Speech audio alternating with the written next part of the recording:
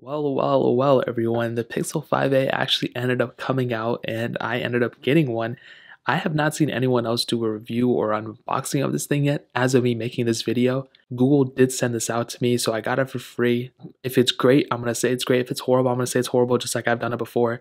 But the thing is, I haven't seen anybody do an unboxing yet, so could I possibly be the first one? That's what I'm trying to figure out. I hope I'm not breaching anything, but with the Pixel 5a, you can see all this stuff in the back, whatever this stuff is. Now to unbox it, as usual, we go ahead and strip this thing down, go and strip this thing out. Now it looks like this is the 5G model, so I'm unsure if there are different models, if there's the standard model like we've gotten with the Pixel 4a, but I guess we'll see what happens. Lifting the box up now, it doesn't feel super cheap, it feels pretty much what you'd expect. Now you do have the standard box up top, nothing super crazy. And here we have the Pixel 5a. Now the thing I noticed right out the gate, dual camera setup. That is a pretty big thing I noticed versus the Pixel 4a, which had a single camera setup. And lifting it to the front, you can see plastic slate thing. We can go in, and I don't know who put this on, but they totally butchered it. Taking this plastic thing off, you can see we have the Pixel 5a right here. Now it is a pretty big phone. Some people were saying the chin was heavy. It looks pretty much the same, and I'll give you guys a better look, but let me go ahead and turn this on for the time being. Probably still has an OLED display. Now inside the box, we have the SIM card eject tool, which is right here. We can go and lift this thing out. And you know what's so funny? I just have to sit, and then we have booklets and all this stuff. I wonder if we have any stickers, whatever. You guys don't care about this stuff. Here's the thing, right?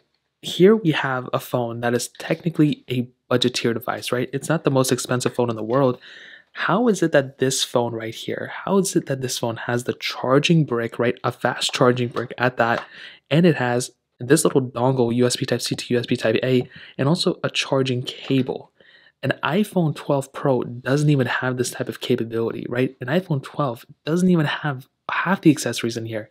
So it genuinely does not make any sense to me how Google is able to do this. Well, it makes sense to me. They're probably focusing more on software here, making more money off software.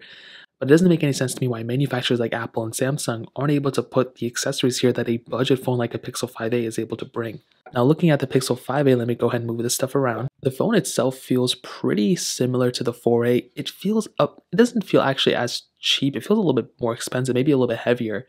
Now looking through the setup, hopefully I don't take 30 minutes setting it up, but I'm going to probably skip everything. Now I actually have no idea what the chipset is inside and everything like that. So I guess we'll see what happens when we get through with everything. But I think it's going to have somewhat of the same chipset as the Pixel 5, if I'm being honest. It reminds me more of a Pixel 5 than it reminds me of a Pixel 4a, to be honest. The size is definitely feeling a little bit bigger. I think it has that 6.3-inch display or something. And that's really it. I mean, the phone has really just gone through its setup. And overall, I mean, it looks pretty good. Like, I really have no complaints about it whatsoever. Now, I am curious to see what Android version it's on. So I think it's going to be on Android 11. And you can see it is on Android 11 in this case. Gesture-based design, which is beautiful. I wonder how much storage is in here. So it looks like I do have the 128 gig model. I don't know if that's the top tier model or not. So that's another thing to keep in mind. And overall, I mean, it looks pretty smooth. And now, I don't know. I don't see any refresh rate increasement.